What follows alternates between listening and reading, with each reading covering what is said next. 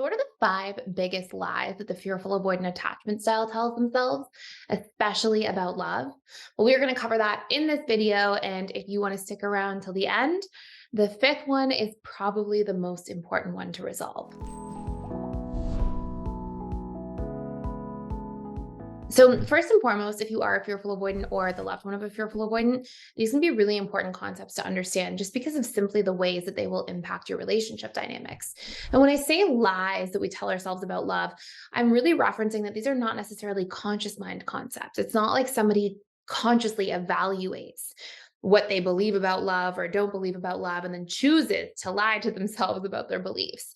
What this is really referencing is that we have a subconscious set of ideas that we essentially get conditioned with because of our own experiences. But when we can hold these subconscious ideas into the light and actually question them and evaluate their legitimacy, and also evaluate the different ways that these things may be affecting ourselves and our relationships, we can really break through essentially the baggage that we may be carrying from past painful events. So, the very first lie that's really important to recognize is the I don't need anyone else lie. And this lie, aka subconscious belief system that somebody might have, is especially painful and dysfunctional because we are not wired for either polarity. We are not wired for codependency, not good for us. And we are not wired for counterdependency or essentially hyper independence in relationships. We are wired for interdependence. And this essentially means a relationship to myself, the awareness and understanding of my own needs, my own boundaries, my own views and opinions, and I am wired for a connection to other people simultaneously. It's not supposed to be one or the other. And so sometimes when we go through pain and relationship dynamics and we endure hardship, which a lot of fearful avoidants obviously do, especially in their childhood and those sorts of dynamics, they come up with this idea that relationships are painful. And so maybe it will be easier for me if I just don't need somebody in a relationship. But the reality is that going into this idea of I don't need anybody just puts you in a place of trying to essentially act on counterdependency, trying to reject relationships. And we have to remember that as human beings, we actually have a basic human need for love, for connection, for attachment.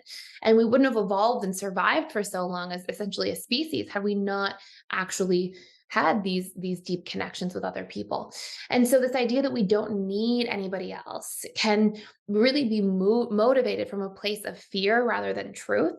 And I think a healthier reframe for this comment in particular would be, I need to have a healthy relationship to myself, and that will allow me to have healthy relationships to others as well. And, if we have relationships only to others, or if we're putting everybody before ourselves, that's not good.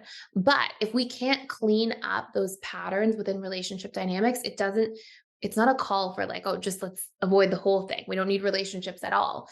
If we see ourselves having painful or dysfunctional relationship dynamics, we should be cleaning up those different dynamics within our connections so that we can be empowered to have a healthy relationship to ourselves, to our truth, to our boundaries, to our needs, to our own emotions, but also have this healthy relationship to other people as well.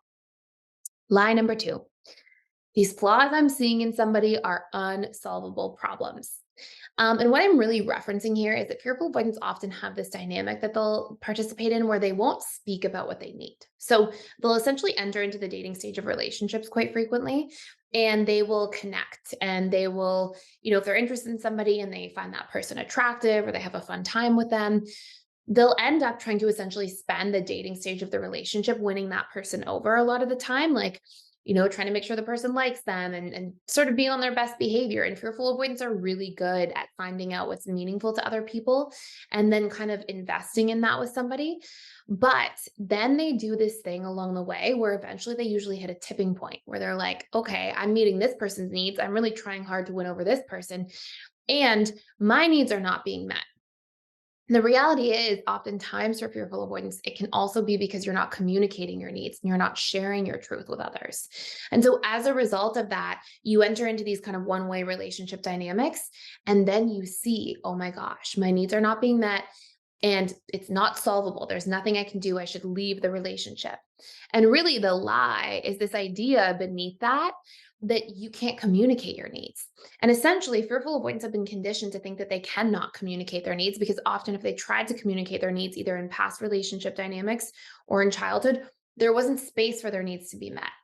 And so they get conditioned to think that communicating doesn't do anything. Trying to vocalize that I need something isn't valuable doesn't it's almost like an unknown. It's like something that you get conditioned out of and essentially get put into a place of learned helplessness around. And so then what you end up participating in is feeling like, oh my gosh, if my needs are not being met, they'll never be met, rather than realizing that, hey, if I actually communicated about my needs, a lot of these things would be solvable. This person might actually want to show up and meet my needs too once I'm clear about them and I can communicate openly about them. But often FAs don't give themselves that chance. And so it's really important and really meaningful to be able to work through some of this. Number three, this idea that everyone will eventually leave. It's a really painful idea, and it comes with this abandonment dynamic, abandonment wound essentially being carried at the subconscious level of mind for fearful avoidance, because fearful avoidants often have some form of abandonment that takes place, even if it's just the emotional abandonment within the chaos of the dynamic that they grew up in, where caregivers may not have been able to be properly emotionally available to their children. And so fearful avoidants essentially interpret this in their childhood as like, okay, no one's there for me. They're kind of gone. Or other variations of this could be that you saw a lot of relationships fall apart, right? You might have seen a really bad divorce, or you might have seen other different challenging dynamics in terms of love and family and relationships. And so there's usually this subconscious idea that like everybody's going to leave. And it makes it really hard to put your heart into relationships. If you have this idea that this is going to hurt badly, then the more you end up feeling for somebody, the more feelings you have for someone, the more those feelings essentially come with fear, right? Because okay, the more I love, the more I care, the more I open, the more this person will inevitably hurt me if I believe everybody's just eventually going to leave. And so it's really important to make sure that you're challenging and questioning some of these dynamics as well. Number four, everybody will eventually betray my trust. It's such a powerful reframe here is because, people will make mistakes, right? I think it's it's untrue to think that people won't tell a white lie or, make a wrong decision that accidentally hurts you in some form during, let's say, a 50-year marriage, right? Like there's going to be things that happen. But what happens for fearful avoidance is they make that like the bottom line. What fearful avoidance don't realize is that even if people betray their trust, what really matters, of course, there's like betrayals that are huge, right? That are like non-negotiables. Maybe somebody had a whole other family the whole time they were dating you. Like these very extreme, very small percentage of things that happen, right? The outliers of things, not like the norm of how these things happen all the time. But there's these really extreme cases, which like obviously certain things should just be a non-negotiable.